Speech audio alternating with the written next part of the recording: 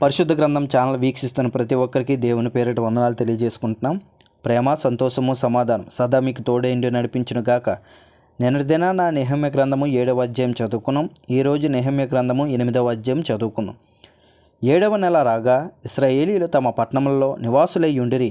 అప్పుడు జనులందరూ ఏక మనస్కులై నీటి గుమ్మము ఎదుటనున్న మైదానమునకు వచ్చి యెహోవా ఇశ్రాయేలీయులకు ఆజ్ఞాపించిన మోసే ధర్మశాస్త్ర గ్రంథమును తెమ్మని ఎజ్రా అను శాస్త్రితో చెప్పగా, యాజకుడైన ఎజ్రా 7వ మాసము మొదటి దినమున చదవబడిన దాన్ని గ్రహింప శక్తిగల స్త్రీ పురుషులను కలిసి సమాజం అంతటి ఎదుటను ఆ ధర్మశాస్త్ర గ్రంథమును తీసుకొని వచ్చి నీటి గుమ్మము ఎదుటనున్న మైదానంలో ఉదయం మొదలుకొని మధ్యాహ్నము వరకు నిలుచు ఆ స్త్రీ పురుషులకు తెలివితో వినగల వారికి అందరికీ చదివి వినిపించుచూ వచ్చెను. ఆ జనులందరూ ధర్మశాస్త్ర గ్రంథమును శ్రద్ధతో వినిరి. అంతటా శాస్త్రియగు ఎజ్రా ఆ పని కొరకు కర్రతో చేయబడిన ఒక పీఠం మీద నిలబడెను. మరియు అతని దగ్గర కుడిపార్శ్వమందు మతిత్య, శమ, అనాయ, ఉరియా, హిల్కియా, మాయసేయ అనువారును, అతని ఎడమ పార్శ్వమందు పెదాయ, మిసయేలు, మల్కియా, హొసుము, హస్బాదాను, జకర్యా, మెసుల్లాము అనువారును నిలిచియుండిరి.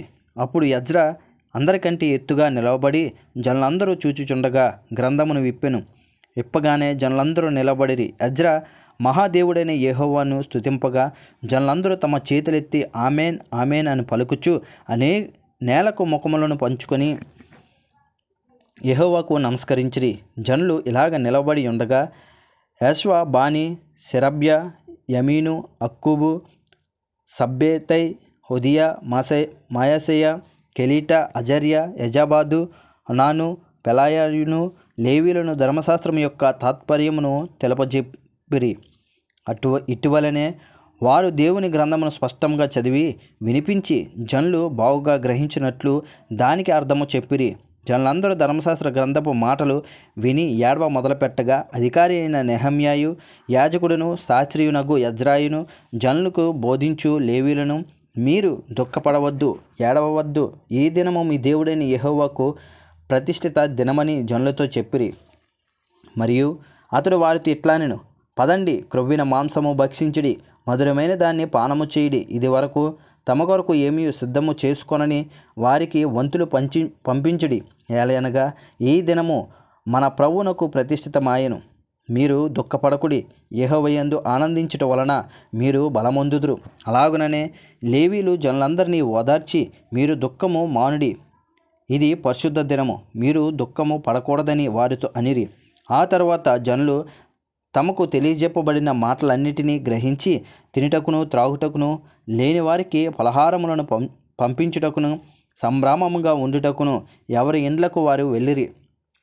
2వ దినమందు జనులందరి పెద్దలలో ప్రధానులైన వారును, యాజకులను, లేవీలను ధర్మశాస్త్రపు గ్రంథపు మాటలు వినవలనని శాస్త్రి అయిన ఎజ్రా యొద్దకు కూడి వచ్చిరి.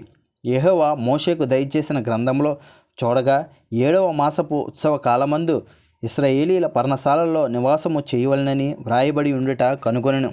మరియు వారు తమ పట్టణములన్నిటిలోనూ యెరూషలేములోనూ ప్రకటన చేసి తెలియజేయవలసినదేమనగా, మీరు పర్వతమునకు పోయి ఒలివ చెట్ల కొమ్మలు, అడవి చెట్ల కొమ్మలు, ఒలివ చెట్ల కొమ్మలను, గోంజి చెట్ల కొమ్మలను, ఈత చెట్ల కొమ్మలను, గుబురుగల వేరువేరు చెట్ల కొమ్మలను తెచ్చి వ్రాయబడినట్లుగా పర్ణశాలలో కట్టవలెను.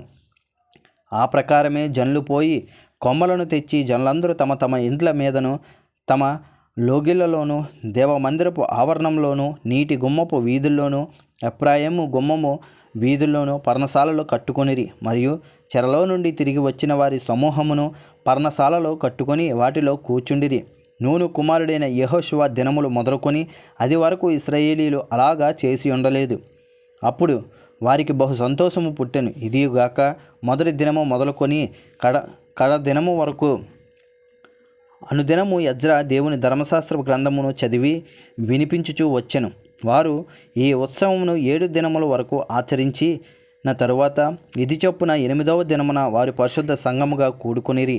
అంతటితో నెహెమ్యా గ్రంథము 8వ అధ్యాయం పూర్తయింది. రేపటి దినాన నెహెమ్యా గ్రంథము 9వ అధ్యాయం చదువుకున్నాం. ప్రేమ, సంతోషము, సమాధానం సదా మీకు తోడేండి నడిపించును గాక. ఆమెన్.